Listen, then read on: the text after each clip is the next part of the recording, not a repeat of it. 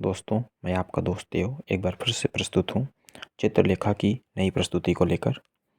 पिछले एपिसोड में हम लोगों ने ये देखा था कि जिस तरीके से श्वेतांक इस असमंजस में फंसा हुआ था कि वो आखिर बीजगुप्त से कैसे उस बात को छुपा ले जिसे छुपाने के लिए चित्रलेखा ने श्वेतांक को बोल रखा है।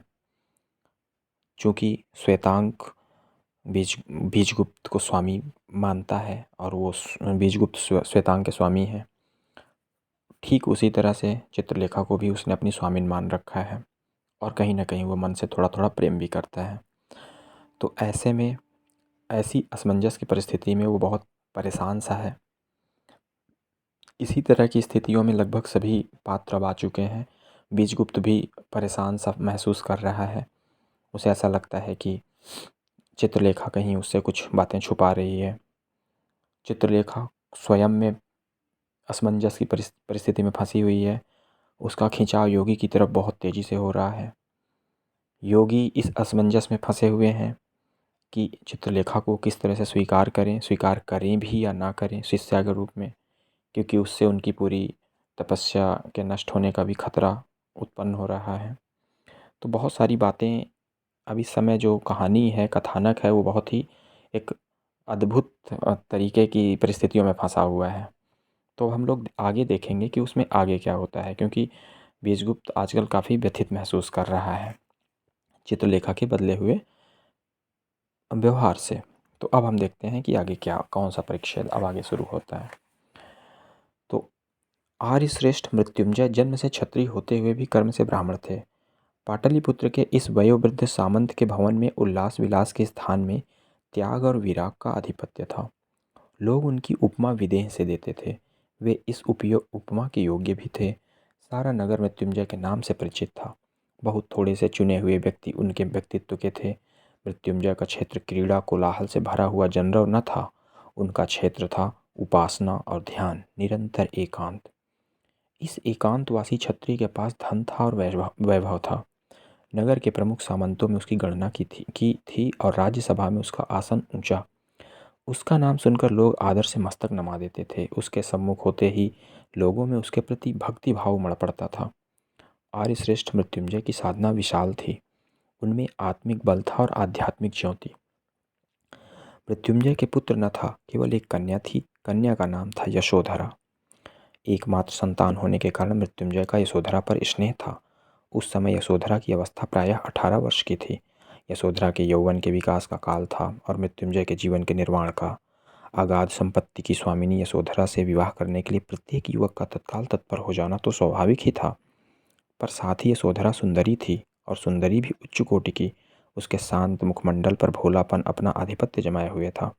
उसकी हंसी सी सुरीली झंकार में यौवन से पराजित बचपन ने शरण ली थी। हरिणी की सी बड़ी बड़ी सुंदर आंखों में संकोच था और उसके रसयुक्त अरुण कपोलों में लज्जा थी। यशोधरा का यौवन सुधा और उल्लास का मिश्रण था। उसमें गर्व की उच्छृंखलता न थी, उसमें लज्जा की शांति न थी। वृद्ध मृत्युंजय यशोधरा के लिए वर खोज रहे थे। एकाएक उनकी दृष्टि बीजगुप्त पर पड़ी। बीजगुप्त का विवाह न हुआ था और बीजगुप्त उच्च कुल का नवयुवक था।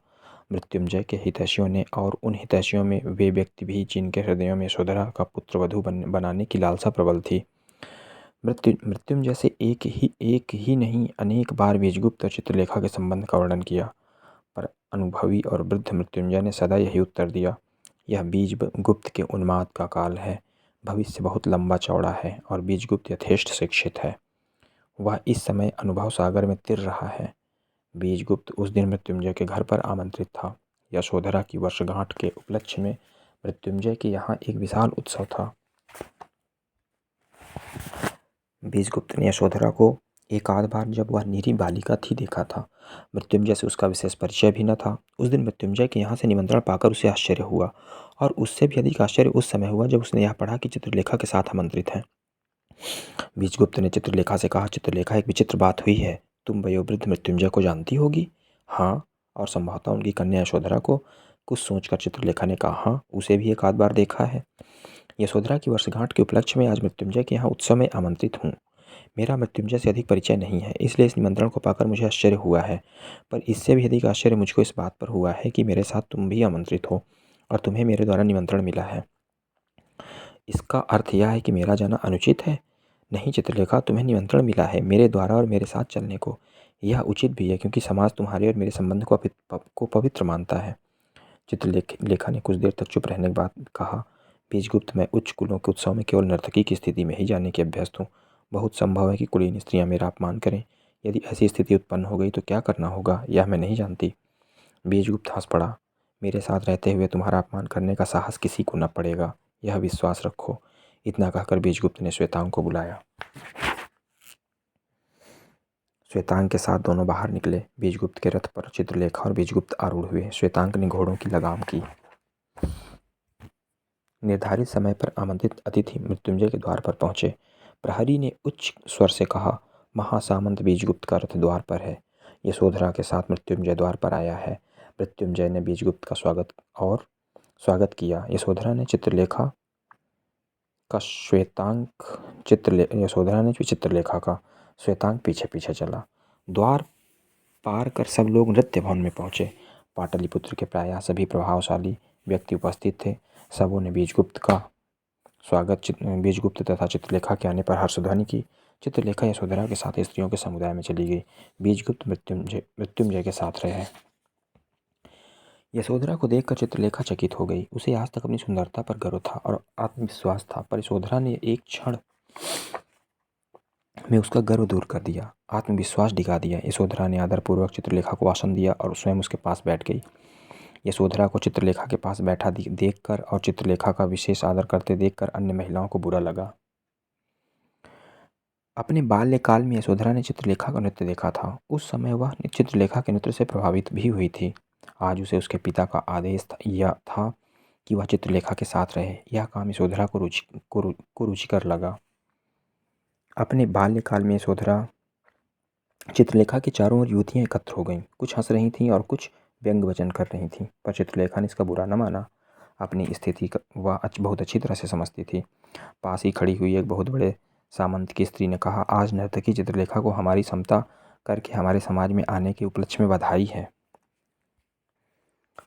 बात जितनी कटु थी, उत्तर उससे अधिक कटु था। अपने सौंदर्य के बल से अपना स्वागत कराने के लिए अभिमानिनी स्त्रियों को बाध्य करने वाली को बधाई की कोई आवश्यकता नहीं। एक ने दूसरी की ओर देखा और दूसरे ने तीसरे की ओर। बात जिस तीव्रता से कही गई थी, उसका प्रभाव एकत्रित पुरुष समुदाय पर भी पड़ा। बीजगुप्त उस ओर घूम पड़ा। उसे भय था कि चित्रलेखा का बहुत संभव है अपमान हो। इस उत्तर प्रत्युत्तर से उसका भय और बढ़ गया। क्या बात है? चित्रलेखा का क्रोध से लाल मुख एकदम शांत हो गया। कुछ नहीं, आपस में हंसी हो रही है। उस समय चित्रलेखा हंस रही थी। यशोधरा चित्रलेखा के इस भाव परिवर्तन पर मुग्ध हो गई। बीजगुप्त के जाने के बाद उसने चित्रलेखा से कहा, बहन, तुम लोग व्यवहार में बहुत कुशल हो, तभी तो इतनी प्रभावशालिनी हूँ। चित्रलेखा हंस पड़ी। चित्रलेखा की हास्य ध्वनि छंकृत हो उठी। नवयुवक समुदाय की आंखें उधर उठ गईं। बीजगुप्त से उसी समय उन नवयुवकों ने गाने का प्रस्ताव किया। वीणा लेकर बीजगुप्त ने बागीश्वरी की आलाप भरी। चारों ओर निस्तब्धता छा गई। स्त्री और पुरुष दोनों मंत्रमुग्ध से बीजगुप्त के गाने को सुन रहे थे। बीजगुप्त ने गाना समाप्त कर दिया। इसके बाद मृत्युंजय ने स्वयं वीणा लेकर यशोधरा की ओर संकेत किया। यशोधरा ने भी बागीश्वरी गाना आरंभ किया। यशोधरा का गाना समाप्त होने पर लोगों ने अनुभव किया कि बीजगुप्त के गाने के आगे यशोधरा का गाना फीका था। चित्रलेखा ने लोगों के ये भाव पढ़ लिए। उसने कहा, यशोधरा की से एक प्रार्थना मैं भी करूँगी। यदि उसकी इच्छा हो तो इस समय वह कल्याण में कोई गाना गावे।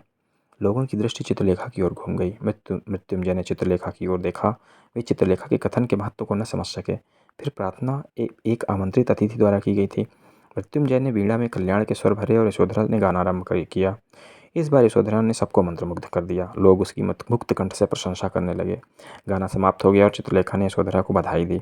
बहन यशोधरा, मैं तुम्हारे सुंदर गायन के उपलक्ष्य में बधाई देती हूँ। मृत्युंजय चित्रलेखा की प्रार्थना का महत्व अब समझे और चित्रलेखा, मैं तुमको यशोधरा की ओर से धन्यवाद देता हूँ। इस वार्तालाप को बीजगुप्त सुन रहा था। हंसते हुए उसने कहा, क्या अब मैं चित्रलेखा से अपना नृत्य दिखाने की प्रार्थना कर सकता हूँ? चित्रलेखा ने हंसते हुए उत्तर दिया, बीजगुप्त की प्रार्थना मेरे लिए आज्ञा के समान है। वाह! मृत्युंजय ने वीणा ली और बीजगुप्त ने मृदंग।